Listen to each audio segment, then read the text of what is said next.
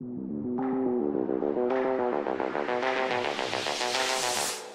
button.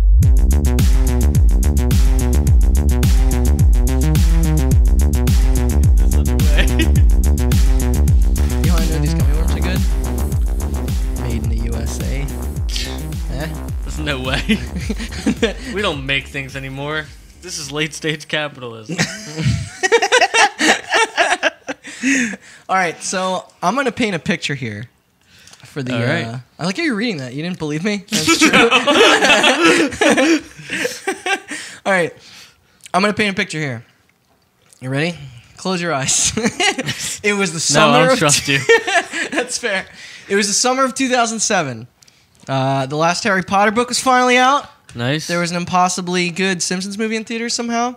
It's about to be 777, the real end of the world. And this Hey There, time. Delilah was tearing up the pop charts, unfortunately. Dude, fucking A. Well, at least that song turned out all right. All music has been worse since. But what was going on in the wild world of video games, you asked? I heard you ask. You did. No. Nah, I don't care, honestly. Yeah. Well, while the rest of the country was suffering from the inevitable pop of the housing bubble, us soon-to-be doomed kids were enjoying an absolute fucking renaissance of amazing video game releases. Rock Band, Uncharted, Mass Effect, Assassin's Creed, fucking Bioshock, Modern Warfare, the Orange Box and Portal, all started in 2007. Also, Jeez. Halo 3. Halo 3 was also 07. Yes. That's a hell of a year. It's a hell of a year. Those were all like new franchises that started. Well, Half-Life, but that was with the new with the Wii and the PS3 and 360 all out in full force. It was a really crazy year. Except it wasn't all good in the hood, not for everyone in the industry anyway, because today we're going to talk about the great engine war between suicidal developer Silicon Knights and Nice. now behemoth Epic Games. Epic Games. Why do I know that name? Have they done anything? They made a Fortnite? Oh, shit! That's right! We got that out of the way early. And this is in reference to their once friendly deal together regarding Unreal 3, arguably one of the most important and popular video game engines of its entire generation, in which the ongoing legal battle about the use of this not only led to the complete closure of a once legitimate and, in my opinion, talented studio, but also the massive recall and permanent removal of once actual on-the-shelf materials. Nice. Yeah. This is Hot Button, and this is the tale of Silicon Knights v. Epic Games. Yep. Yeah, hell yeah. I'm Randall Beatrice, and I am here with Austin Blakesley, Yeah. Chris Antuano. I was pointing to you guys so you could introduce yourselves, and nobody worked out really good. nobody took me up on it. I don't like saying my own name. It's bad luck. You sound like Baltimore. So who's ready for war here? Me. This is not the engine war. This has nothing to do with Henry Ford. It could. Just go on. We're going to do things actually a little differently today. As this story is kind of a biggie, we're going to split Nobody hosting says that. duties. A biggie? Just A go on. biggie? We're going to split hosting duties today. We're going to kind of switch back and forth between our two companies here and their sides in this fight. Because there was a bunch of different titles affected by this case, really. But at the very center of it was a little game called Too Human. And but before we can run the autopsy on what went wrong there with that game, we're going to do a little history lesson first with our two boxing contestants. So Austin, why don't you take the winner and I will take the loser. Normally I would say losers first, but it actually looks like on our timeline here that your company was founded first by 1 year.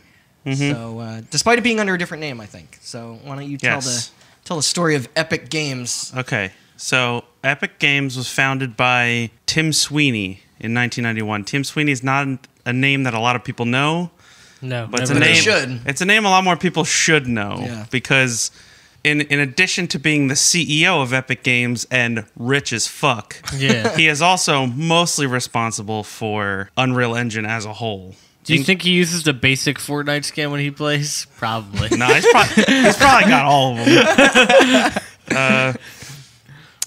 Epic Games was founded in 1991 as Potomac Computer Systems.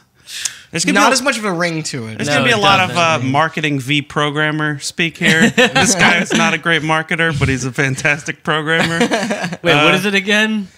Potomac Computer Systems. Yeah, there's no costumes in Spirit Halloween brought to you by Potomac Computer Systems. The kids So- are all into. This is where that very creative name came from. He was still a student at University of Maryland, Okay. which was in Potomac, Maryland.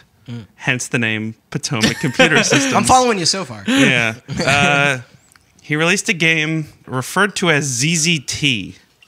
It was a zoo simulator. And naming really wasn't his thing. Yeah. He named it that so that it would be last alphabetically on some list. That's why he named it that. That's guy's one definitely a strategy. programmer. Yeah, somebody asked him what ZZT stood for, and he said nothing. I wanted to be last on the list, which doesn't make Sure. any sense. Yeah, but backwards yeah. race. It took him 9 months to develop, but again, here's how much of a nerd he was. It only took him that long because he wrote his own language before writing the actual game, called ZZT Op. Okay. And he didn't have any distribution or anything, and the internet wasn't that big back in those days. So he took orders by mail for the game. Wow. People sent him in the money for the game, and Box then tops. he would write a disc out of it and mail it back to them. Holy shit. And That's great. He sent the last copy in like 2013. What? Somebody found an old mail-in thing for it and sent it to him at his office at Epic Games, and he This he is legally binding. he made a copy and sent it back to them. So, Fantastic. That's actually really cool. Yeah. That is cool. and this was in the big days. Yeah, take a of- note, Bezos. How about when somebody writes you give a little bit of that wealth up? All right, sorry. Have you written to... No. But the game did relatively well for being written by one guy and needing to mail in money to get It it. sounds like it, yeah. So in 1992, he decided that he wanted his company to be taken a little more seriously, to compete with companies like Apogee and id. He wanted his company to sound important. So what two words sound important? Epic Big and mega. cock. No. Epic and mega. So he renamed Epic the game Mega. from Potomac Computer Systems to Epic Mega Games. So close, buddy. So close.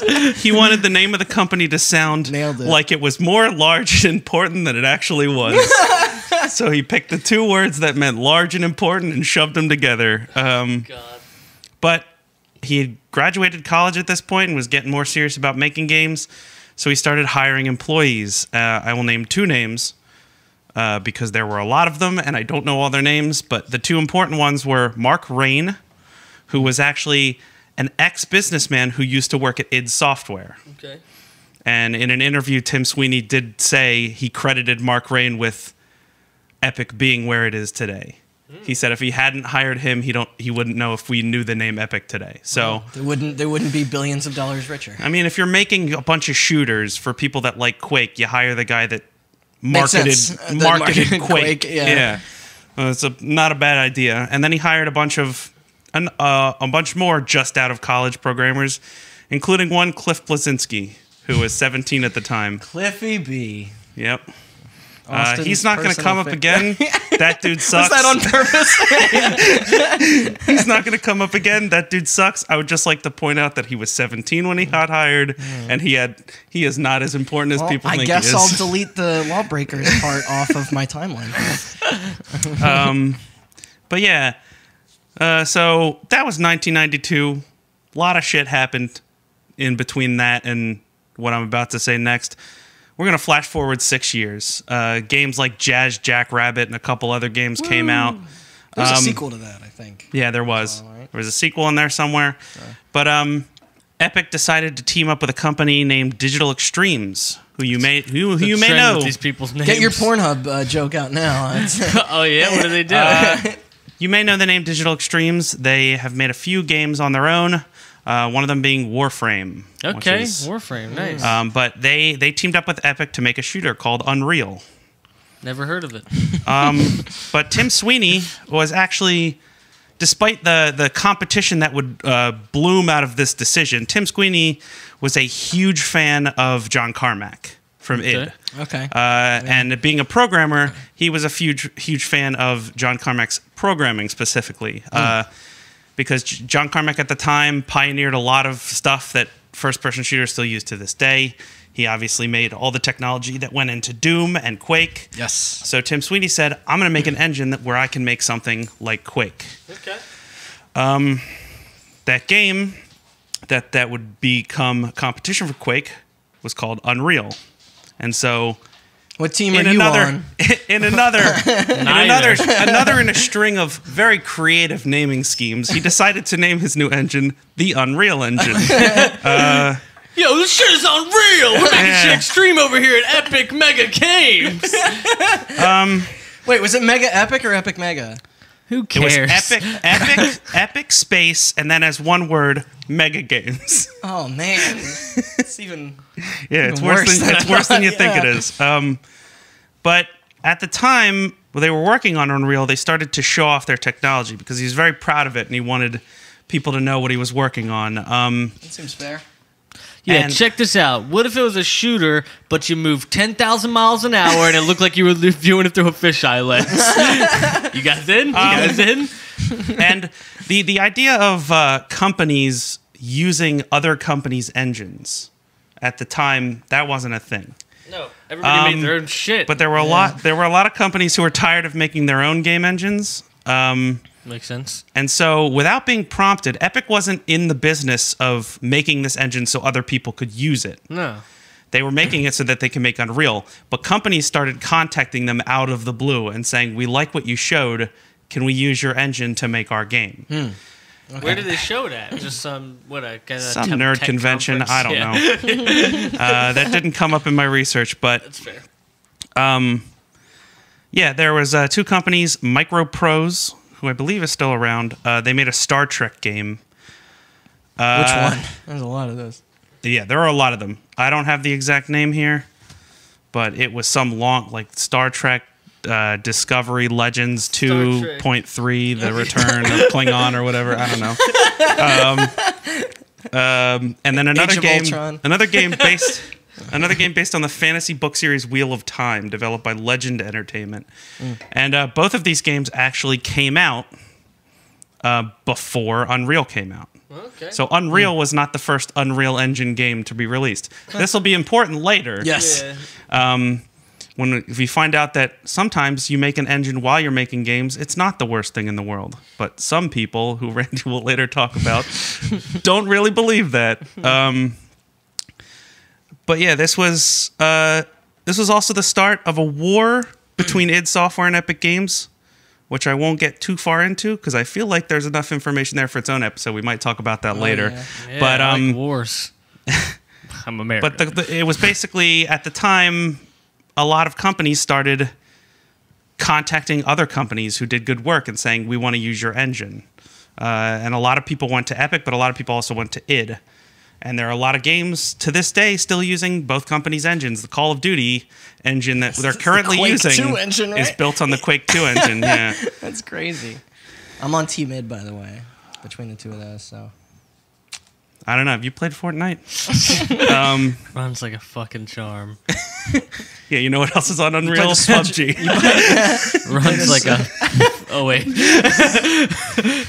runs like a fat three-legged. So yeah, the Star Trek game came out. The Wheel of Time game came out. And then in 1998, Unreal came out. And Unreal was a lot more of a hit than Epic thought it would be. And actually, he made a game inspired by Quake and then accidentally made Quake's biggest competitor. Yeah. So a year later, in 1999, the use of Unreal Engine was in full force. Epic Mega Games decided to move to an actual studio instead of being just a bunch of employees. They moved to a studio in North Carolina, where they still are. Into Epic, North Carolina. That's when they decided to change the and name. they dropped the Mega from their name. About So as of time. 1999, they were simply known as Epic Games. At this time, there were 16 external projects using the Unreal Engine, Nice. That's a lot. including two you may have heard of: the original Deus Ex Nice. and a little game called Duke Nukem Forever. Well, I mean, Duke Nukem Forever was in development for so long. That was also on the Quake 2 engine before that, right? Or something? Yes. That game was in development since 96. It was on the Quake engine. 97? I believe it might have been on all 3 versions of Unreal by the time it came out. Wait, when it did come out, what was it, Unreal 3? I don't know. That's a good It question. was a hit, right? Yeah, it was When totally came worth the out? wait. Yeah, It was not like one of the Great worst game, games great I've ever played.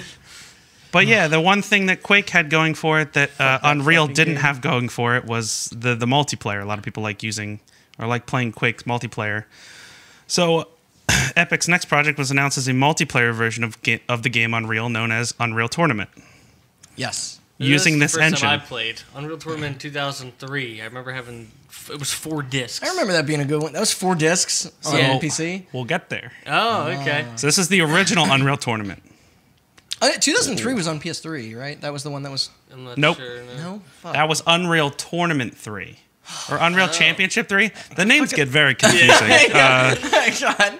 Okay, so as soon as the engine for Unreal was developed, Tim Sweeney, I guess not in the habit of making actual games, he just started working on the next engine.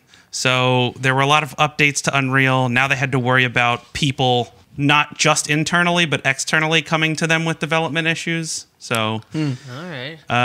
It would make sense. You would dedicate more of time and workforce to that if there's a way to make money off of it. Right, yeah. So Tim Sweeney got to work right after Unreal Engine 1 came out, and in 2002, it was replaced with Unreal Engine 2. And again, Unreal Engine 2's first game was not an Unreal game. Unreal Engine 2's first game was America's Army. Oh my God. The recruitment tool. The recruitment I played tool that. military shooter. Yeah. Yeah. I played that game. So Unreal I Engine... remember there were literally parts of the game where you were like sitting in a classroom, like taking a test. Like it was a first-person shooter, and you were like in first person sitting in a classroom, like doing paperwork. It was realistic. It was realistic. But again... Which part of the game when you come back does your country not take care of you? Was that in one of the DLCs? No, that's DLC. or- Damn it! Okay. yeah, that's the end game in that. Yeah. It's really good. Comes with Prozac. But this engine was developed for use with an Epic game, and that Epic game was Unreal Tournament 2003, Okay. There's it is. as well as Unreal Championship. Now, this is where the naming gets very confusing. Epic started noticing that console games were entering the 3D space and being taken seriously, so they decided to start making their engines work on both consoles and on PCs. So this wasn't until Unreal 2 that ran on consoles? Unreal 1? There were Again, there's so many names. Okay, so they released Unreal Tournament 2003. Yeah. And then they released for the Xbox Unreal Championship, which was a Okay. different series from Unreal Tournament. Call of Duty did Okay. that for a little while. Then they once again upgraded to Unreal Engine 2 to what they called Unreal Engine 2.5, which I'd have to get into a bunch of technical details as to what they updated. But basically, they released 2 more games in those 2 series that were now running on the new 2.5 engine. And that was Unreal Tournament 2004 and Unreal Championship 2, the Leandry Conflict. You remember that game? That was the third-person one. Oh, yeah, I do remember that. Yeah. Man. As well as a sequel to the original Unreal called Unreal 2 The Awakening. Oh, God. So now we're dealing with 3 separate Unreal series. We have Unreal, Unreal Tournament, and Unreal Championship. But this is when the Unreal Engine started to really pick up steam. It was getting real. Yeah. And there were a lot of... This is when they started selling the engine to people. Yeah. Because, like I said, Right. with Unreal 1, people were like, yo, can we get some of that So this- on the phone? But, like... This was before it was like a portion of your profits. This was just a license, like a flat out license Yeah. that you would buy? Okay. Yeah. So, and a lot of popular games ran on Unreal 2. The interesting thing about Unreal 2 is that... Used way longer than you'd think it would. Yeah, people didn't know about Unreal 2 at the time, though, because I don't know if you guys remember playing games like Mass Effect and stuff like that, but like, or like 2 Human. Well, 2 Human wasn't on Unreal. We'll get to that later. But It kind of was. Unreal 3 games had that U logo in the front, Yeah. like the Yeah. splash screen. that was a requirement for being a licensee of Unreal Right, 3. it was, It yeah. wasn't for 2. Couldn't you pay to not see it or something? Yes, you could. Yeah, that was strange. But you had to. It had to be somewhere in the game. Yeah. But Unreal 2, that wasn't the thing. So a lot of people don't know that Unreal 2 was used a lot. Or if you're like me, you go into the files and then you delete all those videos so your PC games boot up faster. Yeah? You don't have to watch the NVIDIA thing spin around 1,000 times. Yeah, I never understood the Unreal thing. Like, any consumer really knows or cares about the engine that the game is running on. I don't know. It's the same with things like the Havoc's physics engine. And See, stuff. you would think that, but like at the same time, like I said, Unreal 2 was not as big as Unreal 3, but a lot more consumers knew about Unreal 3. Yeah. There was a trust there. Okay, that makes sense. When you play Gears of War and it looks and runs great, and it has that Unreal logo in the beginning, and then you play Mass Effect and it has that Unreal logo in the beginning, you're like, oh shit, they're using Unreal. This game's gonna look good. Yeah. So that was like part of the marketing of like requiring companies to put your logo at the beginning of the game. That's only something I sort of became conscious of, like, as an adult. Like, seeing who's doing it. Yeah. Yeah. Like when it pops up DICE, you know there's going to be lots of explosions on your PGA golf Yeah, course. And you know the online's not going to work. Damn it! Joke. But Unreal Engine 2 was used for a lot of games for a long time. The first Splinter Cell game came out in 2002, the year Unreal 2 was released, and that used Unreal 2. Awesome game. And Yeah, it was a good game. every entry in the Splinter Cell series, Until except for the last one. wait, Blacklist wasn't the last. Was it? Blacklist was the last one. Oh yeah, Blacklist was the last one. Did they use it? God, that game. Yeah, I don't remember. Okay, Conviction was really good though. I was thinking of Conviction. Yeah, Blacklist was 2013. Splinter Cell Blacklist came out in 2013, and it still used Unreal 2. That's Holy fucking shit. crazy. Games like Rainbow Six 3 used Unreal 2. 13 used Unreal 2. Oh man, I remember that game. That's cool. Our old friend Advent Rising was built on Unreal 2. And even into the next generation, when Unreal 3 was out, games like Bioshock used Unreal 2. Which Randy said, Bioshock came out the same year as Mass Effect. Yeah. Mass Effect used Unreal 3. Bioshock was still using Unreal 2. That's funny. So a lot of companies... Bioshock, better looking game than Mass Effect. Yeah, arguably, yeah, for sure. Stylized better, so. Yeah. Oh yeah. I mean, Mass Effect was like a bigger thing, but yeah. Yeah, this was kind of the birth of like engine licensing. A lot of studios stopped making their own engines and started licensing out other engines so that they could get their Lazy ideas out there motherfuckers, better am I right? and let them run faster. Some companies are just better off letting other people handle the technical stuff and letting Yeah. their artists and their writers flourish. Yeah. Some companies, however, are much worse off when they license engines. Specifically, one such company, and I'm going to pass it back to Randy to talk about This said company company. is literally like somebody shooting themselves in the head, and like, all right. So, Silicon Knights. Have you? I'm not sure if you ever played any games that they've made, but I don't know if you recognize that logo, the sword through the two cubes, I think, or something like that. It was really cool. It was. Yeah, really I cool. think The I do logo? remember Cool the logo. Yeah. They did something right. Because knights have swords. Well, actually, they did a couple stuff right. All right, so they were a Canadian developer located in Ontario, and so barely Canadian. Go on. I mentioned they were founded a year after Epic. This was 1992 Yeah. by programmer and gamergator Dennis Dyack. It should be mentioned they were founded the same year as Epic, but 1 year later than Potomac Computer Systems. Okay, sorry. Oh, okay, yeah. But they got their start making strategy action games on PC for a while before shifting to consoles with the release of a PlayStation 1 game called Blood Omen: Legacy of Kain in 1996. Decent game. Kane. Yeah. They wouldn't hit their big break until their survival horror GameCube title Eternal Darkness: Sanity's Requiem in 2002. After signing an exclusivity deal with Nintendo in 2000 during the game's development on the N64. Which was very rare at the time for kind of such a major Japanese publisher like Nintendo to team up with a North American studio this way. Yeah. They're like Nintendo pretty protective of like their Oh, yeah. IPs. But they saw the something last time they fucked with the Americans. they saw something in the studio and were pretty big on like this game was published by them, and this was I think only after the stuff with Rare and N64 like Perfect Dark and Conker's Bad Fur Day, this was like the first real M-rated game published by Nintendo. But Yes. this game was fucking awesome.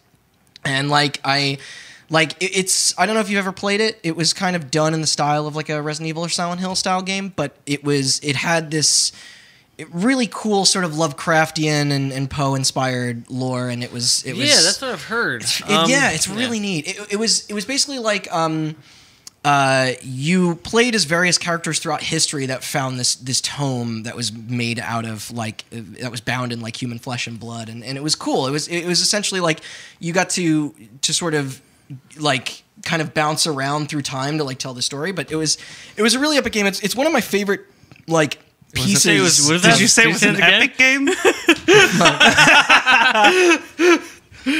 It's one of my favorite pieces of horror fiction. Period. Yeah, it's a shame the people behind it kind of ended up being who they were, but it was a really cool thing. It was crazy. And it wasn't huge, like, despite the fact that how much I enjoyed it, it was not hugely commercially successful. But it still gained the attention of well-known video game director and artist Hideo Kojima, whose team and publisher Konami granted them the permission to collaborate with Nintendo to create Metal Gear Solid: The Twin Snakes, a whole top-to-bottom remake of the PlayStation 1 classic for the GameCube. And that was like, in my opinion, like that and the Resident Evil remake on GameCube are some of the best, like, kind of like modern iterations of classic games. Yeah. Like, well, modern at the time. Obviously, they're pretty outdated now. But I loved that Twin Snakes remake. I know there are some hardcore fans that weren't crazy about some of the changes, but to me, it was just a better looking and better playing Metal Gear Solid. Yeah. And being a fan of that series, it was neat. And it's funny because both of those never left that console ever. Like in the modern age where like the archival and re-release of games is so kind of, it's such a big market now. Like, it's strange that those only exist just in that time. But it's a little gem for you. A little bit for me, anyway. You know, those were two very specific releases for me. The Twin Snakes was actually one of the few 2-disc GameCube games that was out there. Yes. But this was really. That game was released in 2004. The exclusivity deal with Nintendo ended at this time. So they only did 2 projects with them. Eternal Darkness was in development a long, long time. As I mentioned, that started on the N64. But like initially, I think it was supposed to be a launch game for the GameCube. It got pushed back. But at that point, they formed a partnership with Microsoft Game Studios. This was a year later, in 2005, to produce Two Human.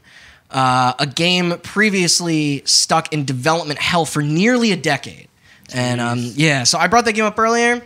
This is the thing that pretty much makes this whole story, is the development around this game. Nintendo apparently even had stock still within the company during this time. So it's kind of strange. They went from being a kind of a little known sort of studio. Like, I don't know how big their staff was, but like they were first party with Nintendo and then went right to being first party with Microsoft. So it seemed like at this point they were going to be big. Like that company was going to be a big deal. All the telltale signs. And so Two Human. This game was first announced in 1999 for the original PlayStation. They even debuted a teaser trailer at E3 that year for it. It was set to be released on 4 discs, kind of similar to Square Enix's Final Fantasy VIII, I think, on the PlayStation 1. There were some early videos I mentioned earlier that I had to like really hunt down. I think IGN was the one that hosted them at the time, but they presented the game as like a third-person action RPG, which was similar to what the final product sort of ended up being, except that without its strange like dual stick controls and like zoomed out camera. We'll talk more about Two Human and like what that game actually was, but the initial pitch was, it seemed like it was more of a Deus Ex kind of style, like sort of stealth game with some shooting. Yeah. When the end result ended up being something more in line with like Diablo. Like there was a lot of emphasis on like stats and drops and fighting like large amounts of enemies at a time, sort of gauntlet style. And it had drop in and out multiplayer, you know, when it came out. But yeah, the initial thing looked way different. It was also like at the time that news first came out about it, the story, while in the end it still retained those themes of human cybernetic enhancements or whatever it was, my gestures there. The actual classic human cybernetic gestures, right? The actual setting was meant to be set in the distant future of 2450 AD, rather than the alternative sci-fi take on Norse mythology that it ended up being. Weird. That change didn't come until later in development. So yeah, I don't know if you remember that game. I don't even know about Too it. Human? No, I've like heard you talk about it. I beat it. Yeah. Did you really? Yeah. You're out of your mind. That game's I beat not it. good. Listen, I beat a lot of firsts in planned trilogies that later got canceled. You don't know how much it breaks. This is number 2 on the You know how podcast. much it breaks my heart that you and neither of you guys have played Eternal Darkness and you finished Too Human. Maybe they should make Eternal Darkness for a better console. That's all I'm saying. Listen, I'll fight someone about the game. I'm saying, dude, when I'm playing Fortnite, dude, I don't have time to play your eternal dank shit. It's fucking garbage to me. So this was this kind of I don't halt. play Fortnite. Don't come after me. I think he does. He's on a cell phone playing it right now. Yeah, I don't either. He's playing it on a cell phone in one hand and a tablet in the other.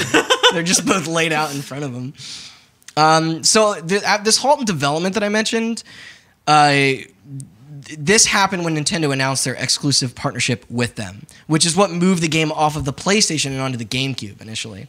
And prototyping for the game still took place on the GameCube, but most of the staff at this time in the early 2000s they were devoting the majority of their efforts to Eternal Darkness and MGS, the Twin Snakes. So news of that title went dead without any indication of further development for years, until suddenly it was officially announced again in May 2005 as an Xbox 360 exclusive as per that deal with Microsoft. Yeah.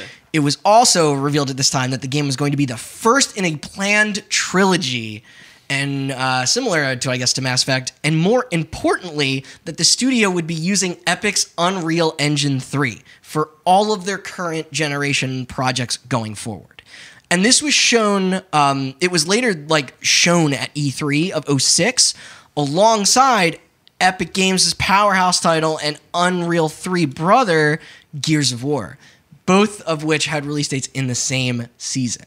So Unreal 3, really big deal. And yeah, Austin's kind of going to dive into that a little bit of why that partnership, while that shaking hands over that actually ended up being their demise.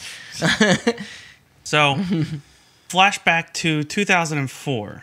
I said Unreal Tournament 2004 was released on Unreal 2.5, quote unquote. Unreal 3 was pretty heavy in development. Yeah. And it had been since 2003, the year after Unreal 2 had come out. Yeah. Again, Tim Sweeney, not a huge fan of making games, just really likes making engines. So the second he stops making one, he just starts making the other. He likes naming stuff, too. Yeah. If you do some research, you'll also find out that Unreal Engine 4, which came out in 2014, started development in 2006 or 2005. There's not actually a specific date I could find, but that engine started development right after Gears of War came out, apparently, and was in development for 8 years before it came out. Jeez. So he just cranks these engines out. But they held a demo, again at some nerd conference, couldn't find the name. Nerdcore. Yeah. NerdCon. They held a demo for Unreal 3. 2000. They showed off one of those pre-rendered things, I don't know how into E3 and everything. It was one where they showed a bunch of balls dropping, and there was a dragon. They're just like, here's a random generic dude with a sword and a chick with big boobs, and look how big her boobs are. That's the power of Unreal 3. You know those demos. Now I'm following you. Yeah. The video game industry is a hell of a sexist thing, but. So, first screenshots for Dennis Dyack has some thoughts on that. Oh, God. First screenshots for Unreal 3's demo had surfaced online. And it was revealed as the next generation engine from Epic. This got a lot of people excited. When I say a lot of people, I mean a lot of developers. Yeah. I don't think there were many people out there that were like, fuck yeah, dude, Unreal 3's coming. What? Yeah. But these developers had a reason to get excited because Epic had finally announced that they were going to start focusing more on consoles. I said Unreal 2 had been developed to work with consoles, and I said games like Splinter Cell, which came out for Xbox and PS2, were some of the first games to come out for the. Splinter Cell also came out on GameCube. That's where I played it. Oh, sorry. You better be. You're right. You're right. That's how he beats to death with the GameCube. Yeah, it's got a handle. It does. But that engine, Unreal 2 started out as a PC engine, and when the PS2, Xbox, and GameCube started getting big, after Unreal 2 was way in development, they had went back and made it work for these consoles. But this time they were going to develop the engine while the consoles were going to be developed. Right. So that they could get the most power out of these consoles that they possibly could. In retrospect, maybe not a great idea. I was about to ask that. I was like, that seemed like... Because developing consoles change a lot. As we've learned, if you listen to our Xbox episode, you will learn that sometimes the final hardware... Everything works out exactly the way you want it. Sometimes the final hardware for a console isn't decided on until like 6 months before the thing comes out. So developing it in tandem with these consoles was a good idea, as we'll learn, because Unreal 3 was huge, like Randy said. But in the beginning, there were some growing pains. Unreal 4, I don't think, had a huge game from Epic. But up until this point, Epic made their engines for their games, and then let other people use them. So this time around, they had cut some deals. They cut a deal with PlayStation and Microsoft. Each one of them would get an exclusive game for their console developed on Epic's new Unreal Engine 3. Who made out better here? Microsoft, as we'll learn. The PS3 exclusive was Unreal Tournament 3. I thought it was Championship. Who cares? It's one of the two. I can describe the box. It's white and red. It's white and red, yeah. I do remember the It's got a box. Roman numeral 3 on it. I think it's 3. It's Champions 3? No. I think it's Tournament 3. Tournament 3. It's called Unreal Tournament 3, even though there was no Unreal Tournament 2. There was an Unreal Championship 2. Motherfucker. Yeah, I know. Dude, just I'm Googling this It's right just now. a 'cause it's killing disaster. me. No, keep going. It's just It is a goddamn disaster. Yeah, but that game was cross-platform with PC, obviously, because if you announce a sequel to a PC exclusive series and then announce it's only going to be on the PlayStation 3, people would get angry. So it wasn't that big of an exclusive because it was mostly, I think it had cross-play. Whoa, there was an Unreal Tournament was on PlayStation 2? Yes. The fuck? All right, so I mentioned the box art, by the way. I just have to bring this up because this is brilliant. It was Unreal Tournament 3, and it has the Unreal symbol on the front of the box. Yeah. Yeah, it's the logo of the game, I thought. It's the same as the engine's It's the Unreal, logo. it's the engine's logo. Yeah, it's the U. Yeah, but how many other game series has the engine logo front and center on their box? Yeah, like it's... But yeah, no one was hugely excited about that because you were just... Basically, you were... Oh, this was on 360 as well. You were giving people an inferior version of the PC version. And yeah, it did later come to 360. It wasn't that big of an exclusive. The big exclusive, as Randy mentioned, was Gears of War. And this was... little game. Yeah. This was the thing that got people excited. The engine demo was the thing that got developers excited. That was the system seller. This was the thing that got people excited. We could go on for days about demos and trailers for Gears of War. Everybody remembers the Mad World trailer for Gears of War. Donnie Darko fucking cover. But basically, Gears of War was a good game, sure, but it was meant as a technical showcase. They were trying to show people the power of their new engine on these consoles. There are even rumors that a running demo of Gears of War was shown to Microsoft. Microsoft was still in development on the Xbox 360, and they were trying to decide on the specs of the thing. They were just trying to decide between giving it 256 megabytes or 512 megabytes of RAM. And Epic Games showed them a demo of Gears of War running on a 256 gigabyte Compared to or the megabyte 512. dev kit and one running on a 512 dev kit, and that is the thing that made Microsoft decide to make that console 512 megabytes. Wow. Makes sense. I mean, that game kind of is fucking incredible in that time period. Yeah. This was also a huge game for Microsoft because people were excited about it. Epic had a history, and Microsoft's own game series weren't going to be... That was their big holiday release. Yes, they weren't going to be ready in time for the console's launch. Halo 3, as we found out, came out in 2007, a whole year after Gears of War. But for the holiday of 2006, Microsoft needed a big game to keep selling their console to kids at Christmas, and Gears of War was that game. But just like consoles, the engine which was being developed in conjunction with the consoles, was very much in flux. By the time Gears of War came out, I don't even think the PlayStation 3 was launched, or it had just launched. So, like, Yeah, I guess that the engine was very much in flux the whole time, too. They weren't sure. They wanted to optimize this engine to work on these consoles, but since the consoles weren't decided on, the engine was also not fully realized and decided on. And also, Epic was now much more focused on making this engine easier to use for other people. They were working on Gears of War, but they wanted their engine to be as easy as possible to use. Yeah, so they can make a ton more of these sweet fucking deals. Yeah. makes sense.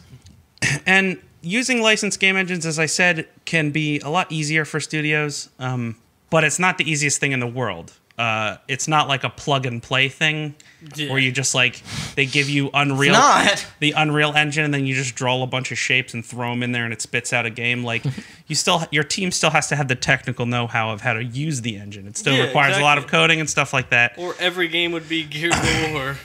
So in the Unreal For a while, they kind of weren't. No, Yeah. just kidding. In the Unreal 2 days, Epic had started the practice of hiring employees just to support developers. They had a whole division. They had a whole team working on games like Gears of War and Unreal Tournament 3, but they also had a whole team whose entire job was to just go out to studios who were making Unreal games and help them. Yeah. Was to field calls from people and being like, why is your engine broken? And they had to be like, it's not broken, you're doing it wrong, and then show them how to do it. They even got... I bet that division would grow bigger and bigger and bigger over time. Yes. Yeah. When Unreal 3 came out, that division was huge. Yeah. So much so that Epic didn't exactly have the space or money to really hire a team the size they would need to field all of the requests from other Unreal 3 developers. So they started making contracts with other studios to basically just be houses that were built to just help other people make Unreal games. Right. Two of these studios you may have heard of. Digital Extremes, I mentioned before, helped develop the Unreal Tournament games. They later went on to make games like Dark Sector and then eventually Warframe. Another one of these studios was Psyonix. Mediocre. Who people may recognize. Once again, they made mods. They started out making mods for Unreal Tournament. Were later hired by Epic. They helped develop Gears the of Valve War. strategy. Yeah. They helped develop games like Mass Effect.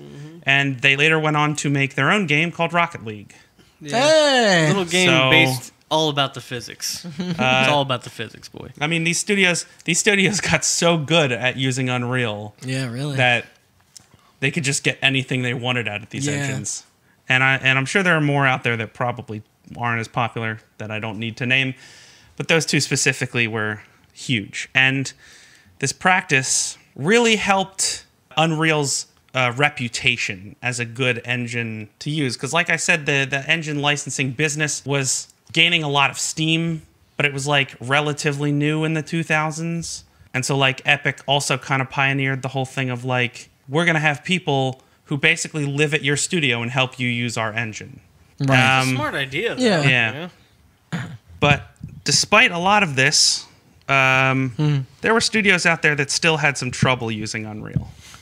Well, certainly it's not my boys at Silicon Knights. They know what they're doing. Yeah, they put a sword in their logo. Yeah, they put a sword in their logo. There were plenty of studios out there who got games shipped out. And you can go on the internet and you can find stories of people being like, Unreal's a nightmare to use. I hate it. But it's just people bitching about their jobs. Yeah. You know, games like Mass Effect. And I keep using Mass Effect as an example, but it's a great example. There are other games that used Unreal 3, like Mirror's Edge and Dishonored. You know, Mortal Kombat. Mortal Kombat. Like, you know, they came out, they're great games. And I'm sure no game that came out during that period was a hell of a lot of fun to develop. Video games tend to be hard things to make. Yeah. But, like, there are a lot of interviews of people, you know, kind of bitching and being like, Unreal was kind of a nightmare to use. Epic didn't have great documentation or whatever. But what? Shut up and build your own engine then. Yeah. Oh, you don't have the time or money or manpower? It's Then funny you should shut bring up. that up because one studio in particular got so fed up with Epic and their bullshit that they decided that they were going to make their own engine and they were going to show Epic how it's done. And that studio goes by the name Silicon Knights. Woo! So I'm going to pass it back to Randy to talk more about Too Human. All right, Too Human, everybody's favorite Xbox 360 exclusive. You throw out your Gears of War, you throw out your Halos. Never heard of them. You throw out your, what else was exclusive on the 360? I was trying to think of something stupid. Fable. Yeah. Well, Fable 2 and 3. Fable 1 was an original Xbox Too game. Human listed a lot of different sources as one of the biggest flops in the Xbox 360's history. Yes, and this is which is great because that game had a budget. Too Human for you. That game Big had flop. a budget between $60 to $80 million, quite a bit at the time. Now, I mentioned that this game and Gears of War were both supposed to come out in holiday of 06. Guess which one missed its release date? Halo. Well, I guess that's true. That wasn't an option. Yeah, Oh, sorry. wasn't an option. Too Human misses its 2006 holiday release date. But Gears of War, on the other hand, came out. And they did hit their date. And kind of set the world on fire. And kind of set the world on fire. Yeah. Critical and commercial acclaim. And I don't know, I got into a weird accent there with acclaim. Acclaim. That's a video game developer also. Yeah. And it is no longer around. They made Burnout. Yep. Great guys. Eh. You know. But so Yeah, I heard they were all rapists. Didn't they also make BMX XXX? yeah, they did. That's part of what killed them actually. But so the development on this game took 2 more years to complete, finally hitting shelves on August 19th, 2008. And this is a whole year after the lawsuits against Epic were filed, what I mentioned earlier. Despite a heavy marketing push featuring documentary films and at the time the most downloaded action demo in the history of Xbox Live, they had over 900,000 downloads. For the demo of this, the game failed to connect with critics and audiences upon release. Yeah. When did it come out? Do we know? what time? 2008. 2008. September 2008? August. I just said it. August. Oh, August. Sorry, I was just trying sons to of say bitches. there was a black president before this game came out. That's how long it was in development. No, there wasn't. It was that year. That's what I was saying. He was sworn in 2009, sir. It's true. It takes a while. So this game only scored around a 65 on Metacritic. I beat it. Never said I liked beating it. I assume that was. This should be specified right now. How Not long- a great game. How long was that game? It's too long. I don't Too remember. long. The demo was Should too have been long. a title too long. Am I right? So as I mentioned, this game scored about a 65 on Metacritic. It sold around 168,200 copies within the first month. Yeah, one of them's your boy right over here. In a later interview with Dennis Dyack, he stated that the game pulled in at about 700,000 units in its lifetime worldwide sales overall. Yo, less game copies sold than copies of the demo downloaded. Oh my god, that is definitely true. That's how bad that demo was. Boy. Yeah, maybe that demo was not a good idea. It wasn't, but I still bought the game because I'm a dumbass. So many fans and game outlets were pretty disappointed considering the long development time of the game and the pedigree of the studio, myself included. Those higher up at Silicon Knights very quickly blamed the quality of the final product on Epic and its Unreal Engine 3, even filing a lawsuit against them that I mentioned earlier during the game's development. So the game wasn't even out by the time that it hit the press that this attack basically was going on. Well, Austin mentioned other game companies were still using this engine and releasing their projects at the same time. Yeah. So it was already pretty much flawed from the start because if they were basically being like, "Yo, your engine's fucked." There's a bunch of examples already out there why it's not. But the lawsuit specifically, to get into the details of that, like I said, it was filed a year before the game came out, which the game came out in August of 2008. The lawsuit, it was revealed in that I guess this was on July 19th, 2007. This is 13 months before. Then they sued Epic Games due to, quote, breach of contract, including inadequacies of Epic's support service and cooperation with Silicon Knights concerning the engine, concerning Unreal 3. Silicon Knights also accused Epic of missing the deadline to provide a fully functional version of their engine in time to finish development on the game. Despite the fact that Gears of War came out in 2006. Without the unfinished version. Yeah. And I highly doubt that was in the contract anyway. There's no way Epic Games would say, we'll have it done by the time your game's finished. Like, I don't feel like that wasn't involved. They went as far as to say on top of that, in the suit, that Epic Games was quote-unquote sabotaging Unreal 3 licensees. So, which, not true. I don't know if I said this, but they had switched at this point. Before the lawsuit was filed, they scrapped Unreal. They came out and they said, we lost millions and millions of dollars using this piece of shit engine. So they developed their own engine. In the world of creative names, it was called the Silicon Knights engine. Woo! Jesus. I keep wooing, but it's a sword going through an engine. To be fair, logo. What's the Metal Gear Phantom Pain engine is called like the Fox engine, is and the newest Resident Evil. Well, that's creative integrity. Back off, a little Kojima. bit more creative than Capcom's. The engine that Resident Evil 7 uses is just called the RE engine. Yeah, both of those engines are incredible, but. They've gotten better at it. The Assassin's Creed engine is called the Anvil engine. That's pretty cool. That is pretty the Division engine's called the Snowdrop engine. That's all right. Yeah, that's good. Yeah. What? Oh, wait, what? The Snowdrop? Yeah, that's okay. Then they have... Doesn't Siege runs on the Assassin's Creed one, right? Anvil, yeah. And then there's the Frostbite. Everybody knows Frostbite. Yeah, that's EA's. Yeah. Classic. That sounds cooler. They've gotten better at it. But... Epic's licensing document stated that a working version of the game engine would be available within 6 months of the Xbox 360 developer kits being released. So Silicon Knights claimed that not only did Epic miss this deadline, but when a working version of the engine was eventually released, the documentation was insufficient, as Austin said earlier. Some claims that devs had working on this thing. Yeah. So they continued to say that Epic had withheld vital improvements to the game engine, stating that they were game specific, quote unquote. I got to keep doing that. Just because to make sure that these aren't my words coming out, while also using licensing fees to fund development of its own titles rather than the engine itself. Basically saying that they were calling Epic Games selfish and that they were focusing more on their own titles, more on Gears and stuff than other game companies were on titles that were using the same engine. But again, wow, big wow. I don't know, maybe. Yeah. No, they'll get their comeuppance.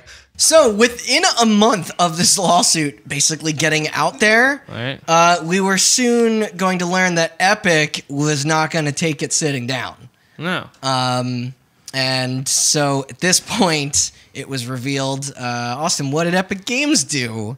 So 1 month later, in August, like Randy said, Epic's decided to countersue Silicon Knights. Rather than just defend themselves. Yeah. They said, no. You're wrong. You violated your contract, and you're paying us.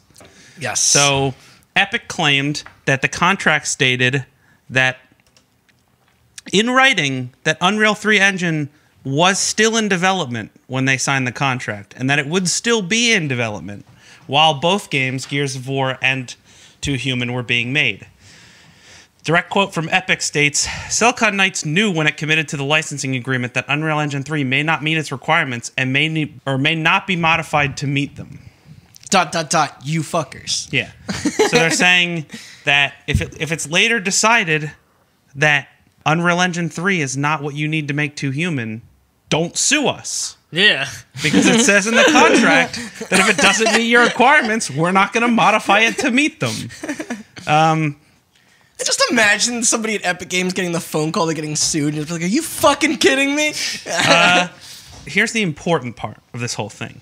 Like I stated, at the time that the lawsuit was filed, Silicon Knights had already abandoned Unreal 3. Yeah. And they had decided to make their own Silicon Knights engine. Which I didn't know until I fucking looked up the box for this game. Yeah. I was looking at the box art for the front and back, and I was like, where's the Unreal fucking logo? And it's not on it. The interesting thing is, if you look it up now, it says that 2 Human was developed on the Unreal Engine. And we'll get to why. That's what fooled me. Yeah. We'll get to why later. Yeah. But we will. I guess we'll get to it right now. Epic claimed that this new engine infringed on its own copyrights.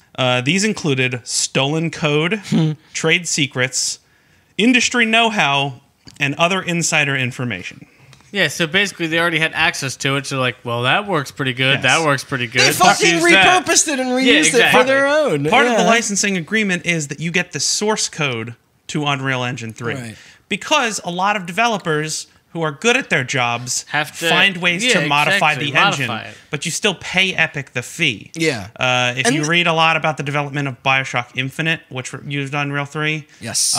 You'll read that they use a significantly modified version of Unreal 3 in order to get that game to look and run as good as it does. Oh, yeah. But they still paid Unreal, or they still paid Epic to use Unreal, and they still put the logo at the beginning of the Here's game. the fucking crazy It thing, saves a though. lot of Like, work. they already signed a deal saying that was the engine that they were going to use exclusively. So, like, even if they fucking didn't steal, they were already breaching contract. Yeah. Like, they just shot themselves in both feet rather than one. Silicon Knights had also violated its contract by making a deal with Sega to begin development on a new title. And they had begun using their modified version of Unreal 3 without paying Epic Games another licensing fee. So they're saying... But we named it different. This is the part where Randy's talk about them using Unreal for all games in this generation comes into play. Yeah. Because... That's what I was about to say. Part of that deal was every time you develop a game, you use our engine and you pay us a licensing fee. And the second game they made that generation was a game with Sega, and they started using Unreal 3, a modified version of it, without paying Epic a licensing fee. Here's the interesting part, and we'll get to the end of the lawsuit a little later, but this is an interesting tidbit I wanted to insert here that came out during the trial. Silicon Knights actually didn't deny that they took code. Oh, really? They said that they took mathematical formulas, and they said that mathematical formulas are not protected under U.S. copyright law. You can't copyright mathematical formulas. Wow. Well, that makes sense, I guess. But if you could use 2 words to describe computer code, which 2 would you use? Mathematical formulas.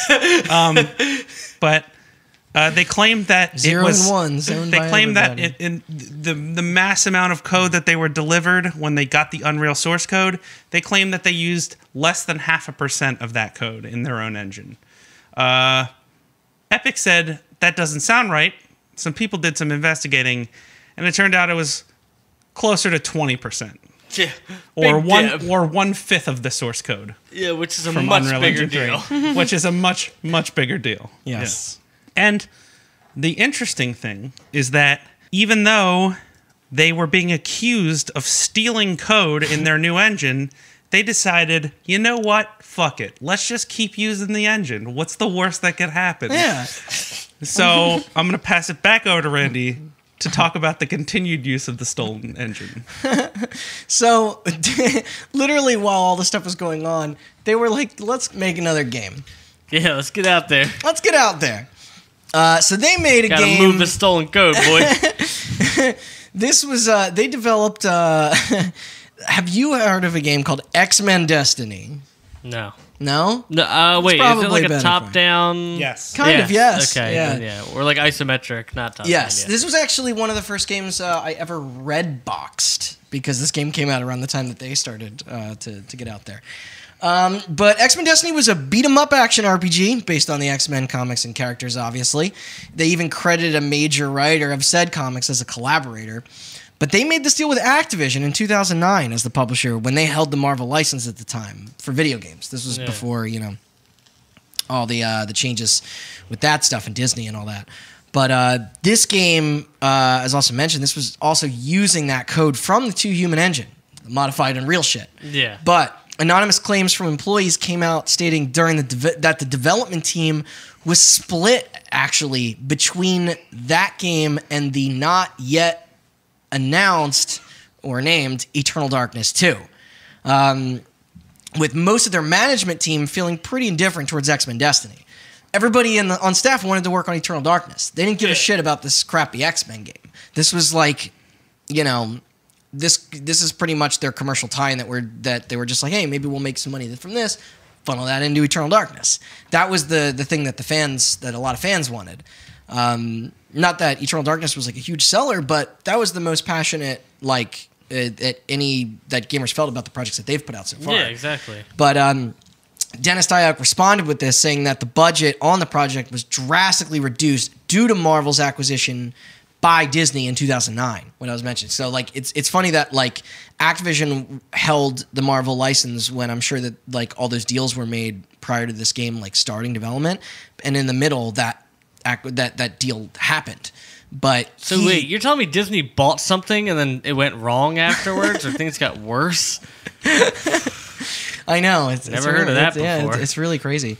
Remember Lucasfilm? No, so he went on. He asserted this point pretty hard. Like, he continued to assert that the perception of the indifference had to do with the resources, like, at the developer being reallocated in response to that shift in budget. Yeah.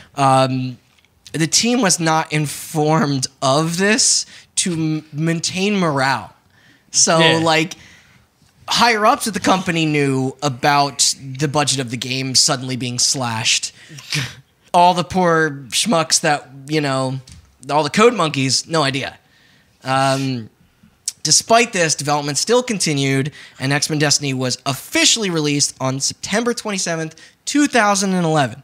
And it was released on the Xbox 360, the PlayStation 3, the Wii, and the Nintendo DS, with them even doing the handheld version. Usually most studios... So it never came up that the budget was slashed. It didn't matter, I guess? I mean, I think they just more were like, you know...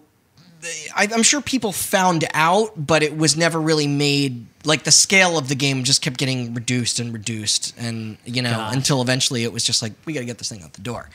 It also received pretty universally poor reviews. Yeah. Makes sense. With scores for each version falling somewhere between a 47 and a 33% on Metacritic. Classic. With most reviewers drawing attention to the sluggish and button-mashy gameplay, its short campaign, and complete lack of polish. In other words, garbage. Bad game. Unfinished. It's almost like his budget was reduced steadily until it was forced out the door. Yeah. God, it's the worst. Yeah. When are we going to just unite and cut off all their fucking heads? Like, we just need to make something happen. All right, I'm officially changing this podcast. We're now a revolutionary podcast. Finally. Kotaku's Andrew McMillan tried to explore this outcome by publishing an article entitled "What Went Wrong with Silicon Knights X-Men Destiny." His story uncovered allegations from 8 different anonymous sources from within the company that Dennis Dyack actually mistreated employees during this development. What? Yeah. McMillan sought out responses from Dyack, but none of the members of Silicon Knights' management team responded to his request for comment at the time. Was he too busy being a sexist? Yeah, he really was.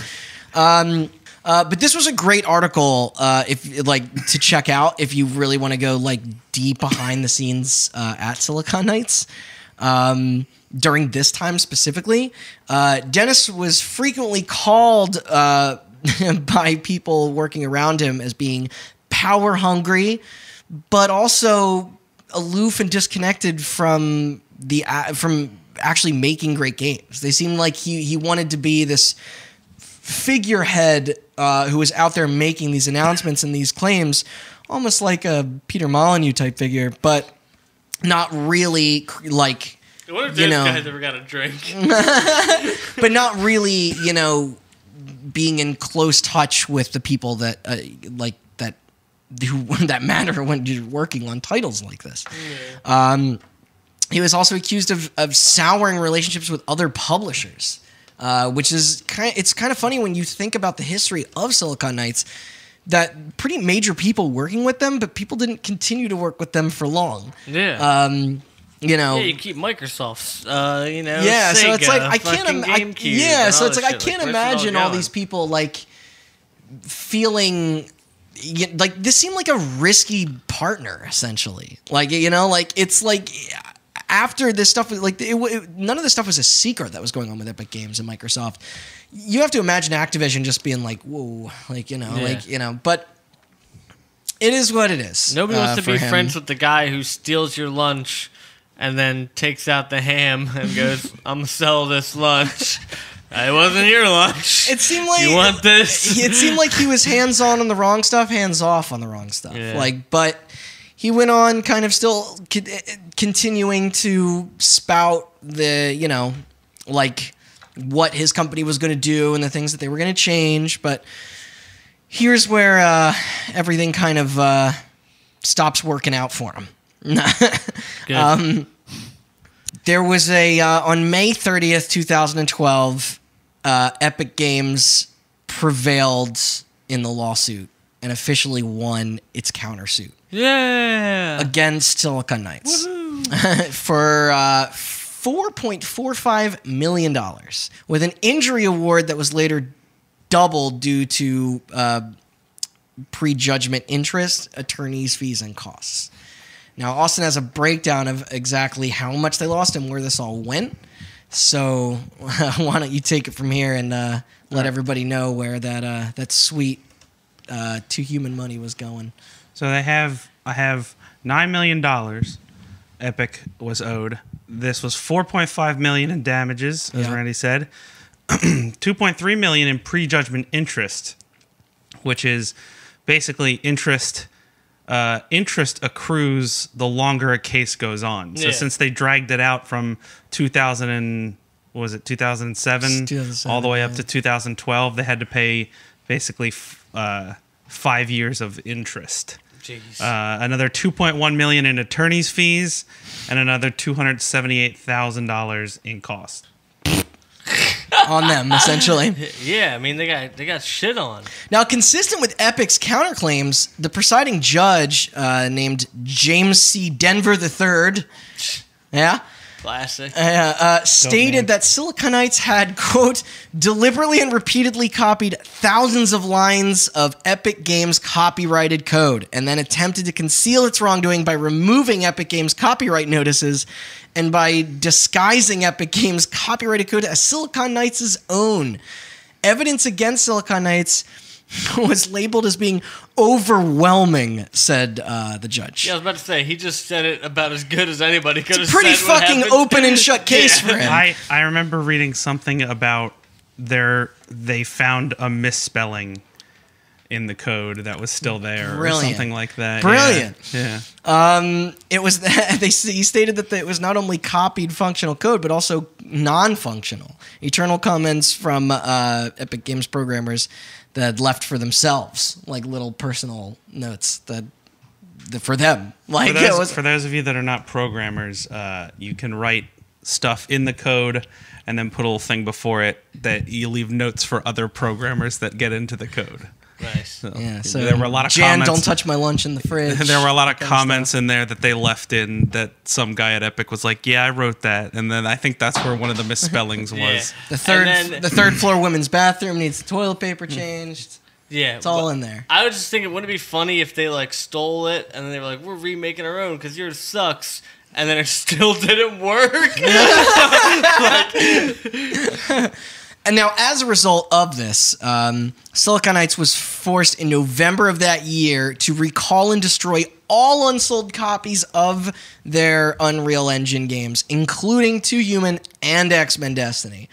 And this also included the many unreleased projects that were still internally in development at the time, such as a game called The Sandman, based on Neil Gaiman's DC comic, The Box, which was an open-world horror title heavily rumored to be the next Silent Hill game at the time, until changes to the publisher, Konami, led it to be known as The Ritualist. That was the game that they brought to the aforementioned Sega, which is, the other nail in the coffin. And later apparently tried to pitch it to THQ also. Oh, did they really? Yeah. Okay. And finally, a third game called Siren and the Maelstrom. Kind of a cool title, but not much was ever really revealed about that game. Yeah, most of these sound like crap. What about Eternal Darkness 2? Well, I will get to that. Eternal Darkness 2 didn't end up well for them either. In January of the next year, by the way, Two Human officially removed from all digital fronts across all platforms. While X-Men Destiny hung out on the shelf for another year. It was eventually taken down on January 1st, 2014, as per that 2012 lawsuit, as well as the then loss of Marvel's rights from Activision. Yeah, I was about to say, I think I remember seeing X-Men Destiny when I worked at GameStop. Like, Yeah. I remember seeing You were it. like, what's this piece of shit? I can put my coffee on it. So here's basically we're gonna get to this is the I'm gonna read off the grave of Silicon Knights here. So even before that X-Men game was delisted, it was revealed in 2013 that Silicon Knights was also involved in a dispute with Ontario's Federal Economic Development Agency.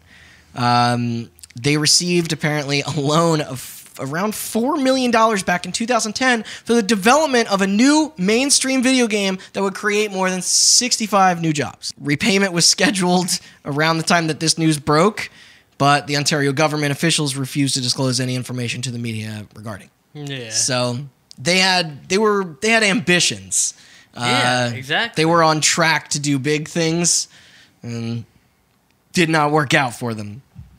Shortly after this, Silicon Knights filed a new appeal in the Epic Games case, with the closure of the company being announced to the press in May of 2013. Best move they've done yet. Yeah, so technically at this point, Silicon Knights had not yet filed for bankruptcy, and the studio's chief financial officer, Mike Mays, insisted that the studio was definitely still alive. My air quotes, not getting bigger, but Austin can tell us a little bit about this appeal that they tried to do here, and how you can probably guess how that went out for them. Okay, yeah. So they tried to appeal the lawsuit on a couple claims. Disclaimer: not a lawyer. Yeah. In order to figure out exactly. You're not? No, I'm not. Why'd you represent me in that? In order to figure out exactly what they appealed, I had to read court documents, and somehow did not shoot myself. Yeah, me and Chris looked at your screen for a second, and we're like, nope. I'll leave the law to the fancy lawman. So it boils down to essentially Silicon Knights came out and were like, that was unfair. You were on their side the whole time, and you helped them win. We just did little stealsies, not big ones. They argued that they were misrepresented in their fraud. They argued that Yeah, their lawyers lied to them, and then they took 1/4 of their lawyer's, defense plan and rewrote the rest of it and tried to win the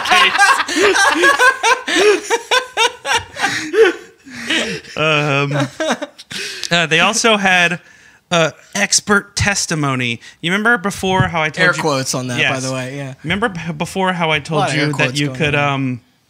you could go online and find a bunch of people bitching about their jobs and how hard Unreal 3 was to use. Yeah. Silicon Knights tried to bring some of these people into the courtroom as quote-unquote expert witnesses and explain how hard Unreal 3 was, to be like, see, it's not just us.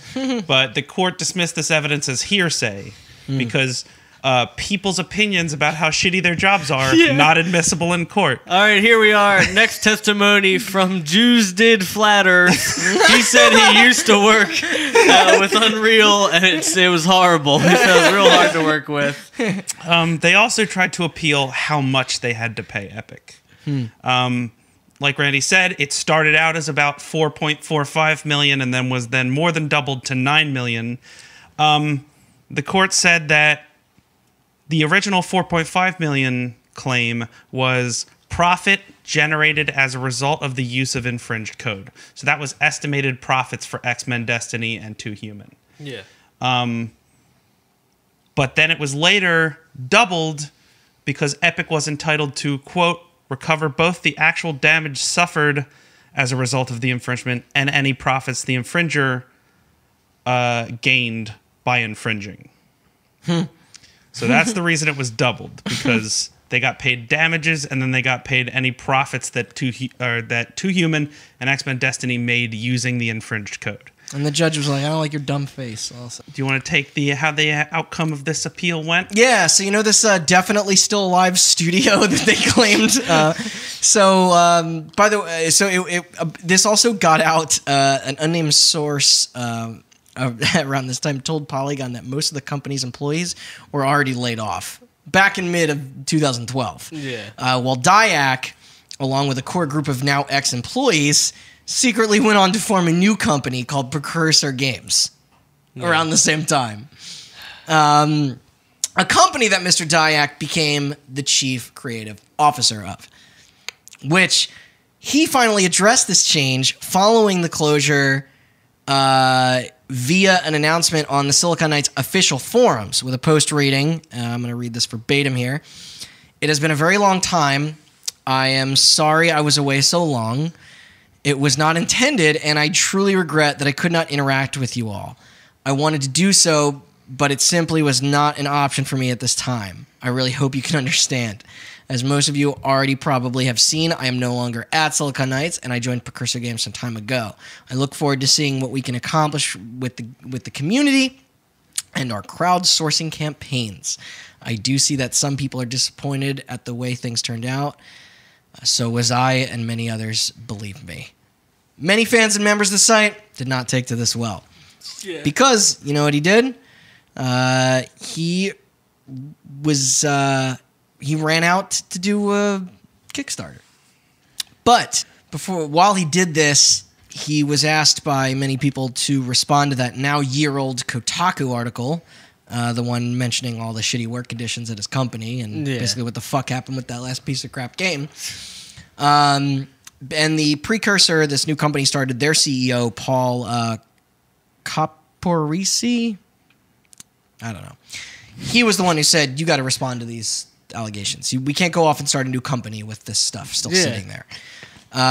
So Dennis Dyack made a video, and it was created directly addressing the allegations published by Kotaku, as well as the additional allegations that spread across the internet, unrelated to that original piece. In the video, he claimed that Kotaku had accused him of embezzling funds. Kotaku, of course, came out and they were like, we don't know what the hell you're talking about. Yeah. There was no claims of that in that report at all. Yeah. Here's the article. Yeah, it's still fucking there. It's still there. There were other original sources that did say that, but like during the production of that article, but that's not where that came from. And you know what's a real good way to make yourself look guilty? Doing that, being like, "Yo, I didn't steal from that bank," and then everybody being like, "Wait, we never said that you did." What but bank? I guess now that we looked it up, you totally did. Yeah, and so they continue to go along with this this campaign here. It was official on May 3rd, 2013. By the way, there are other games still fucking being taken down and all this shit. They went and announced an official crowdfunding campaign through PayPal, seeking $1.5 million to finally create that now announced spiritual successor to Eternal Darkness. They said what happened to Eternal Darkness 2, under the title Shadow of the Eternals, to be released on PC and Wii U in 12 2 to 4 hour long episodes. So this was going to be that sequel that everybody finally wanted. Yeah, sounds like it. Yeah. 10 days later, a secondary fundraising campaign was launched on Kickstarter. That first one was just on their website. The second one was on Kickstarter and aimed to receive $1.35 million within 36 days. Being only halfway through their funding campaign in early June, the company suddenly claimed a host of new exciting opportunities that will make the game better than we envisioned, and shut down both campaigns. They shut down both funding campaigns, on the one on their website and the one on Kickstarter, and refunded all the accumulated money that they got back to contributors, and promised to relaunch a whole new campaign a few weeks later, the one that would reveal more about these exciting new developments.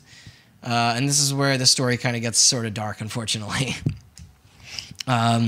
It's getting dark now. Yeah. So late in June, Precursor's founding member and co-designer of both Eternal Darkness and Shadow of the Eternals, Kenneth McCulloch, was arrested and pleaded guilty on charges of child pornography. Got him. He was also an artist on Too Human. I don't know if he worked in X-Men Destiny, but the studio at this point immediately severed all ties with him completely. Yeah, good move. Good move. I could get into details on the crime, but I won't. Because then you'll be a child molester, right? That's how that works. But he was sorry. He was a longtime artist and friend of the company, and unfortunately responsible for one of my favorite games ever made. So, oh, that's rough. Dude. I'm sorry. Yeah, that was a little devastating to me. So, not letting that get them down, they launched a third campaign to fund this game again. They did this on July 25th, a month after this arrest Eternal happened. Darkness 2, now with less child molesters. And this time, they scaled their goal down to $750,000. And instead of 12 episodes, the game was only going to be one 8 to 10 hour experience. They went on to show a 9-minute gameplay trailer of the game, seeming kind of promising. And in creating the look of the game, they even went out and bought art assets from the now almost dead Silicon Knights, which were going to be used on that original Eternal Darkness sequel before it was canceled. Wait, that company was still around? It was still around. It was zombied. I was about to say, it's just like some dead body in the trash. Yeah, and they went to go pick some pieces off of it. Polaroids out of his pocket real quick. And it was funny, although Nintendo still owned the rights to that original game, as well as the patent for the game's unique sanity meter, which I didn't bring up earlier, but that was the game that had, that basically, like, coined the whole thing of, like, once your character was losing sanity, the game would fuck with you in some crazy ways. It would, like, pull up messages on the screen that it was, like, wiping your memory card and unplugging your controller. It was really fucking cool. It was crazy at the time. Oh, yeah. Like, playing that on an old CRT TV in my basement, the TV would, like, change channels and, like, change the volume up and down. It looked like there were bugs on the screen, and I remember, like, trying to move bugs off my screen. It was really convincing back then. It was super fucking cool. This is really cool. But Nintendo, they're still holding on to that. Not doing anything with it, but they held on to it. Precursor Games, the head, that dude Paul, can't pronounce his last name, stated that the studio was still in constant communication with Nintendo at this time, who were supportive of the game. Despite all this, what happened with that one guy, this ended up being their kind of lowest funded campaign. Yeah. Basically yet. That Shadow of the Eternals game failed all 3, 4, I don't know, of its crowdfunding campaigns. And due to lack of funding, led to the project being placed on an indefinite hold and the demise of the newly formed Precursor Games in September of 2013. Jeez. The Escapist went on to say that what seemed like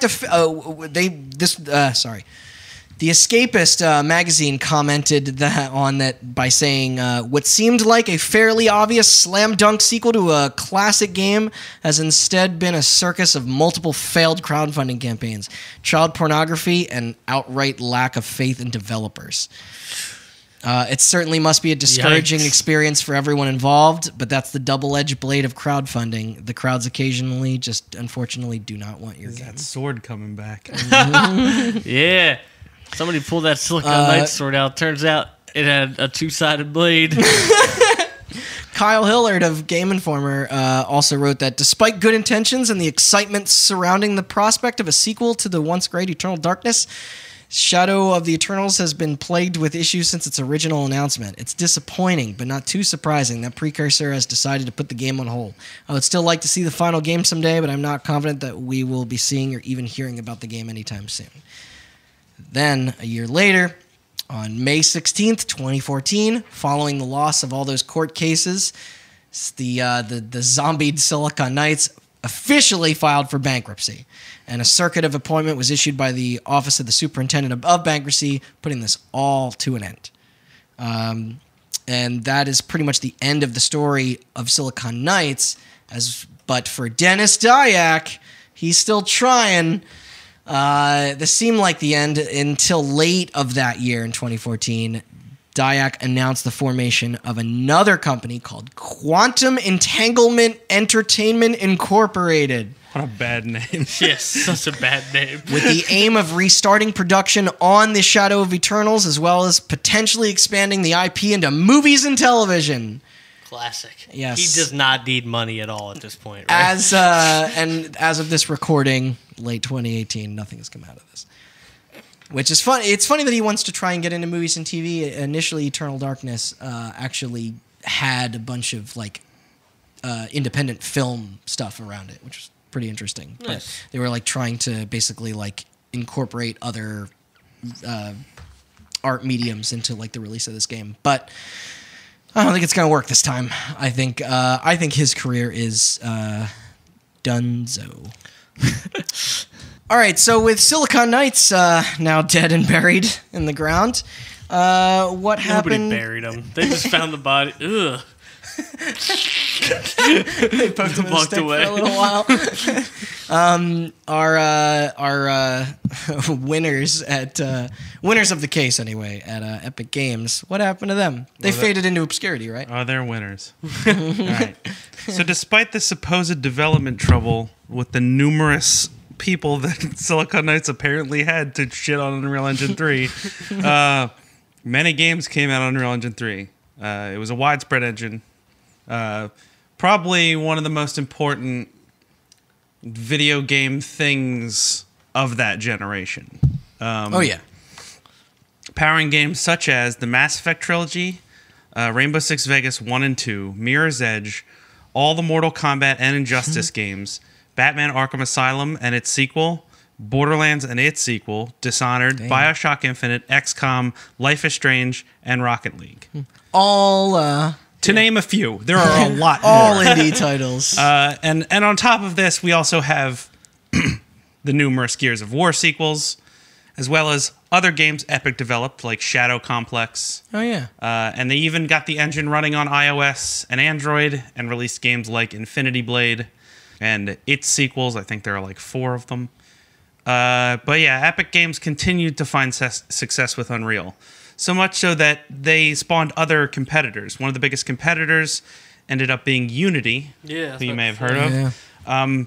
And Unity decided that there was a different way to do this thing. Rather than licensing out their engine during development, they realized that in order to court indie developers who didn't have the money to pay hundreds of thousands of dollars to buy an engine at the start of development, they would offer Unity up for free or for a very small licensing fee, depending on the size of the project, and then they would just take a cut of the profits later.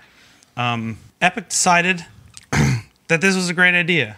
So at around, I think, 2012, they decided to make Unreal Engine 3 free to use. And then in 2014, its successor, Unreal 4, came out, and that engine was included in their launcher, which at the time a lot of people were like, why do you have a launcher? Of course, now we all have it on our computers to play Fortnite. But if you take some time from dabbing on the haters in Fortnite and click over a few tabs, you will see that you too can download the Unreal client and make your own video game. Yep.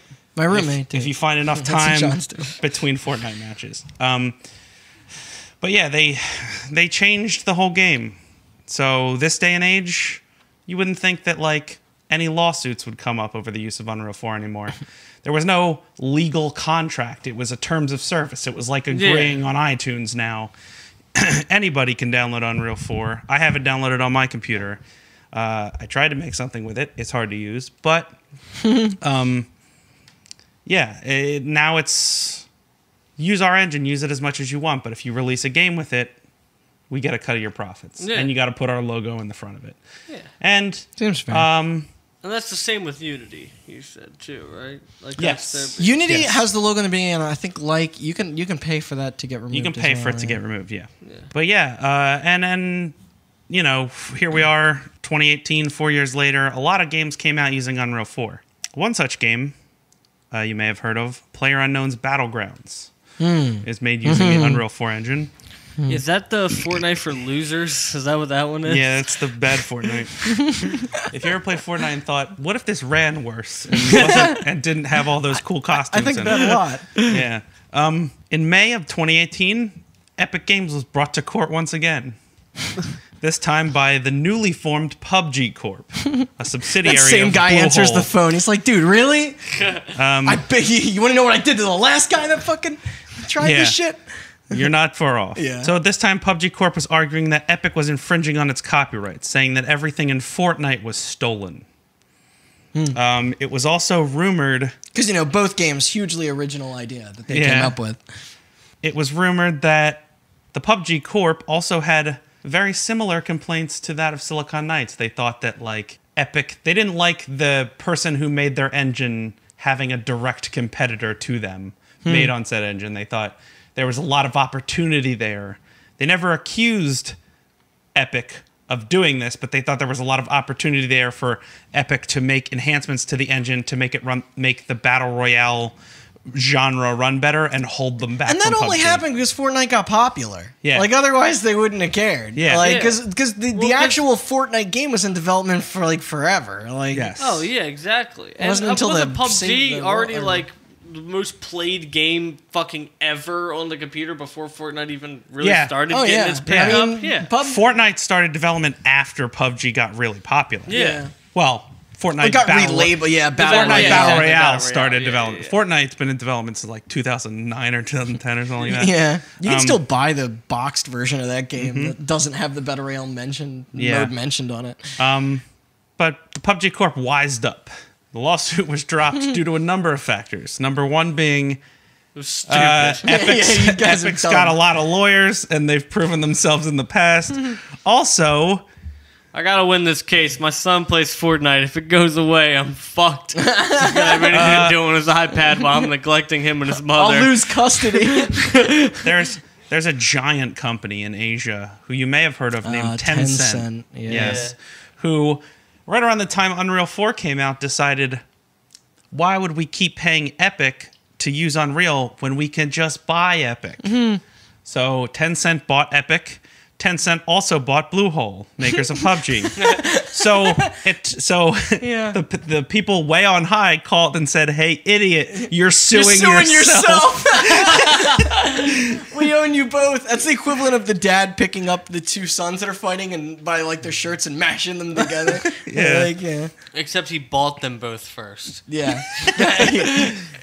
So the lawsuit was dropped because Tencent didn't like themselves suing themselves. But yeah, Epic is now not only one of the biggest providers of engines to both indie games and to big studios, but they're also one of the biggest companies in the world due to the success of our collective favorite game, the official game of Hot Button, Fortnite. Pornhub. Oh. I think I've played Fortnite for a total of like I bought- 3.5 minutes. I bought the dab emote, How much was it? $5. Do you have any regrets? None. Just making sure. Which, now Epic has they can say like, oh, that big game Fortnite? Yeah, that runs on Unreal 4. The shittier version of it, PUBG, that also runs on Unreal 4. The Beautiful. Radical Heights, the shittier version of PUBG Is that Unreal 4 also? that our former employee made, also Unreal 4. So they're kind of the go-to engine for battle royale games. So they're doing all right now. Yeah.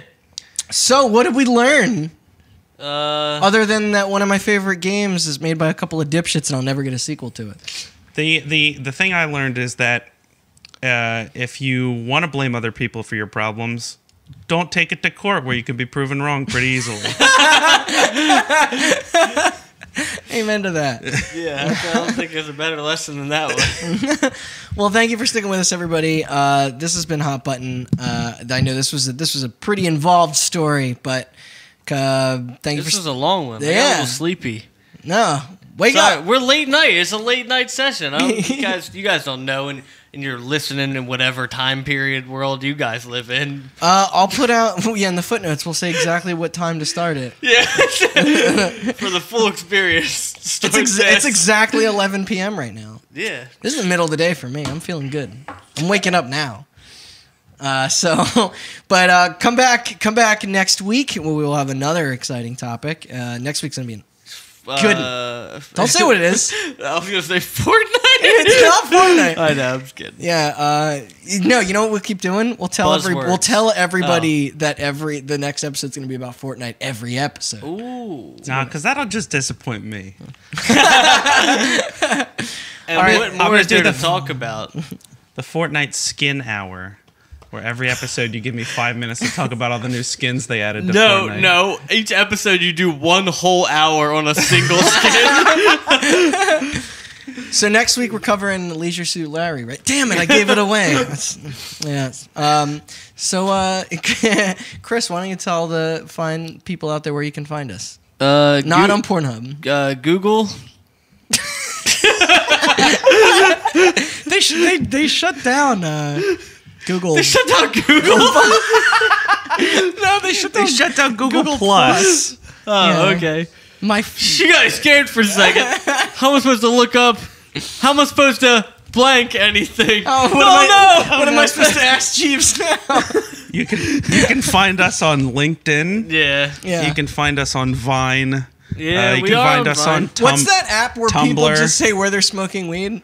Do you know what I'm talking about? Facebook. No, you can't find us at hotbutton@siliconnights.com. I think that email's still running. No, you can find us Twitter, Instagram, all that good stuff. Hotbuttoncast. You guys want to plug your personal? Are you that vain? I'm Chris I something. I'm Restart Randy. Austin Blakesley. That's my Twitter handle, M and name.